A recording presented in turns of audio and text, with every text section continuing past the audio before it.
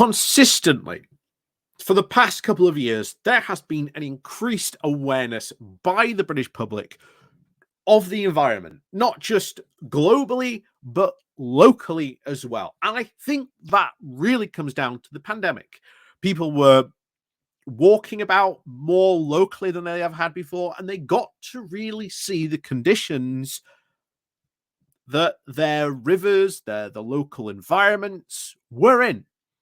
And these are important to us as environmental wise, and it's good to have these things, because if you lose them, it can cost even more to try and clean these things up, and even longer than that to bring them back to the condition that they used to be in. And of course, we have seen every single summer, because I always said it was going to be a rolling thing constantly every single summer,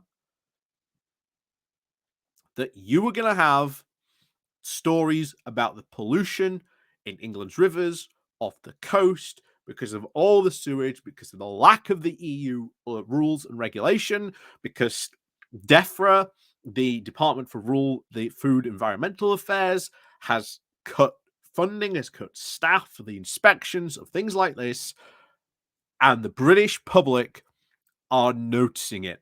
And it is no coincidence that it has been the past 3 years in particular, even though some of these events do predate that in some of these cases, but at least we were in the EU.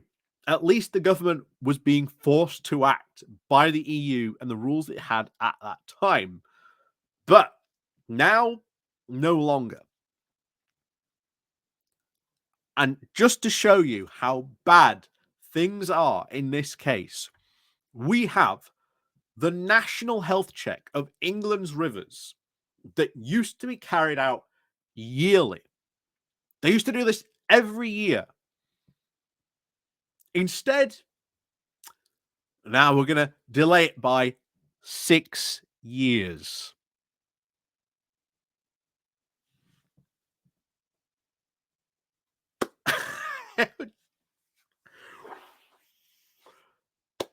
It boggles the mind. It really does boggle the mind. Why on earth?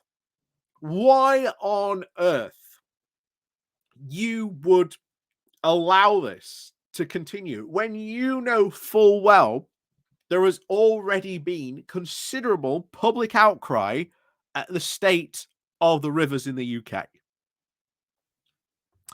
So before we go more into covering this, please do remember to click on the like, share, and subscribe button. And of course, down below, there are links to my Patreon page and a website link called Buy Me Coffee, where you can buy me coffee. And of course, there is the YouTube subscription called the Pony Club. And of course, there is the YouTube thank you button as well. And of course, the Patreon page down below as well. So as always, thank you very much to everyone who does support the channel that way, even just clicking on the like and share button, and of course, leaving a comment down below as well. Helps with all the algorithmical stuff as well. So that's how you can help support the channel.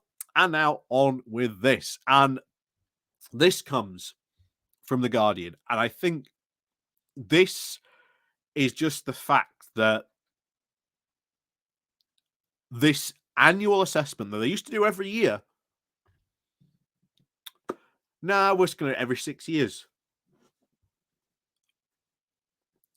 This I think will have some big concerns, and I think could be a very key campaign pledge on this. So let's see what happened here. So the National Annual Health Check of England's water bodies has been delayed by 6 years and is prompting anger from campaigners and politicians as public alarm grows over the state of the nation's rivers and coast. You may remember the River Ewer that we were talking about recently are also highly environmentally damaged recently. So back to it. The assessments undertaken by the Environment Agency look at the ecological and chemical condition of rivers, lakes, groundwater, and the transitional and coastal waters, and are required under the Water Framework Directive. In 2019, the last time the assessments took place, just 14% of rivers were in good ecological health and met none of the standards for good chemical health. Before 2016, these tests were done annually, but the government has now opted not to deliver a complete update until 2025. Notice on that, before 2016, these tests were done annually. And yet, remember, in 2016, we were promised by the Brexiteers nothing will change. We'll have higher standards being outside the EU. Well, places like the Environment Agency have been gutted through lack of funding, lack of staff.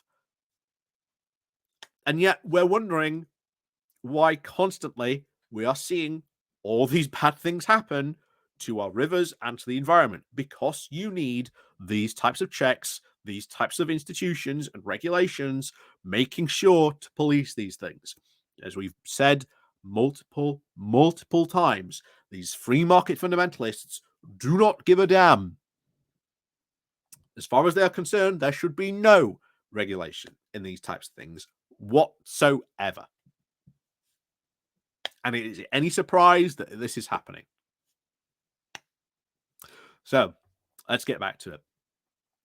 So the clean water advocates have accused the government of trying to hide the data. The rivers activists, Fargal Sharkey, has said that the future of England's rivers has been sacrificed in a cynical act of self-preservation by the very same failed government agency set up to protect them. The Green Party peer, Natalie Bateman, has said the government has clearly recognised the huge public anger about the perilous state of our waterways, but instead of taking action to clean them up, has insisted on hiding the data.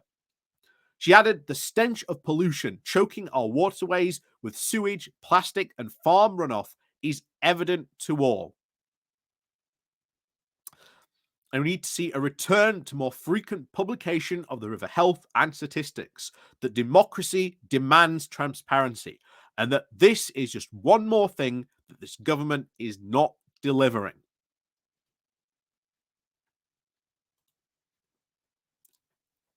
Again, imagine my shock. Are we not? This is what they secretly promised and wanted to do in 2016. And if it's this bad with the environment, what would they do if they were to seriously actually, take away workers' rights or anything like that? This is why I've said people who are serious about wanting the government to leave the European Court of Human Rights, if you're a conservative and all of a sudden your rights are gone and you could have gone to the ECRH, people like Sophie Braverman aren't going to stand up for you. Not at all. Not at all. And this is terrifying. Terrifying. And then this is someone who works at the Wildlife Trust, who's the policy manager at this. This is what he had to say. He said, having up-to-date data on the state of our waterways is critical to help us to target the action to protect and restore them. Waters are predicted to remain polluted until 2063 because of the long-lasting chemicals found at every site checked. But that doesn't mean that we should now stop looking. We need to take action to tackle these pollutants, and that we can do something about it, to monitor, to make sure that they aren't getting worse, and to identify any new emerging chemicals so that we can put measures into place to prevent these further releases. And remember, we saw not too long ago that farmers under the new ELM protection were being given license to pollute more of these waters. And yet, the government's grand plan for farmers is to turn them into environmental wardens and be custodians of the land. But, oh yeah, by the way, if you want to use pollutants that will, pollute the rivers, well, there you go. Bit of a mixed message. He also said, the combination of issues like abstraction and pollution from farms, sewage, and works and urban areas now mean that fewer rivers are healthy. And in one of the worst affected areas, the Thames River Basin, 95% of sites with new data did not meet the good status, and the figures are similar to the Severn and Anglican River basins too. Tim Farron said, leader of the environmental spokesperson, said, this is yet more evidence of the shocking lack of transparency about the health of our rivers. The government is letting profiteering water companies get away with sewage leaks while toxic chemicals are finding their way into our rivers. We have no idea just how much pollution is in our rivers and on our beaches. The Liberal Democrats have repeatedly called the Conservatives to take action. Yet, instead of doing so, they seem to try and hide their problem.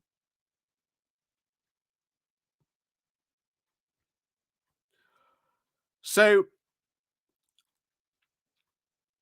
this is a disaster. Honestly, this is a disaster of epic proportions that we are letting this happen. And it's, remember, it is the Conservatives that have been fine to let this happen. Because, as we always said, they don't care about regulations. They don't care about regulatory bodies. They don't care about the people who work there. They've defunded these bodies. And especially austerity. Austerity has given them the best chance to be able to do this. And when Brexit happened, when you saw the reduction from spending that came from the EU, this has increased more. They're not going to, make sure these bodies are up to the same standards as when they were in the EU, because that might mean spending money on regulations. Can't have that. And they know full well. And I agree with Tim Farron there, saying that, yeah, this is all about the big public outcry that we have seen every single summer. And it has only gotten louder every single summer. So we're going to probably see this again. The Conservatives themselves,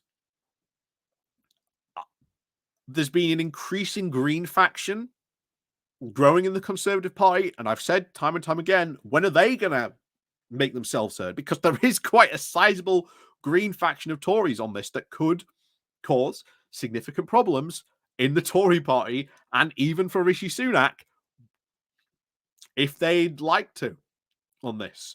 Will they make their voices heard? Well, so far they haven't. The last time they really made their voices heard was at the Tory leadership contest between Truss and Sunak, saying, you've dropped your pledges for net zero. Well, we're going to withhold our votes. Now, at the time, that was only 12, I believe. 12 votes. So Truss and Sunak could afford to do that. But,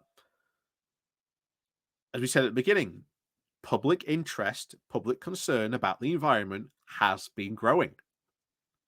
At what point does this become an electoral issue for the Tories? An electoral problem?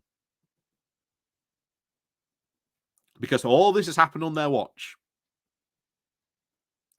Highly doubtful for a Conservative Party meant to be conserving British wildlife. They've done anything but that. And I wouldn't be surprised if you saw a lot of Conservative voters in these areas with these rivers start to state this as a big reason why they're not voting Conservative anymore. Wouldn't surprise me in the least. But as always, thank you very much for watching. And of course, as always, we'll see you all next time.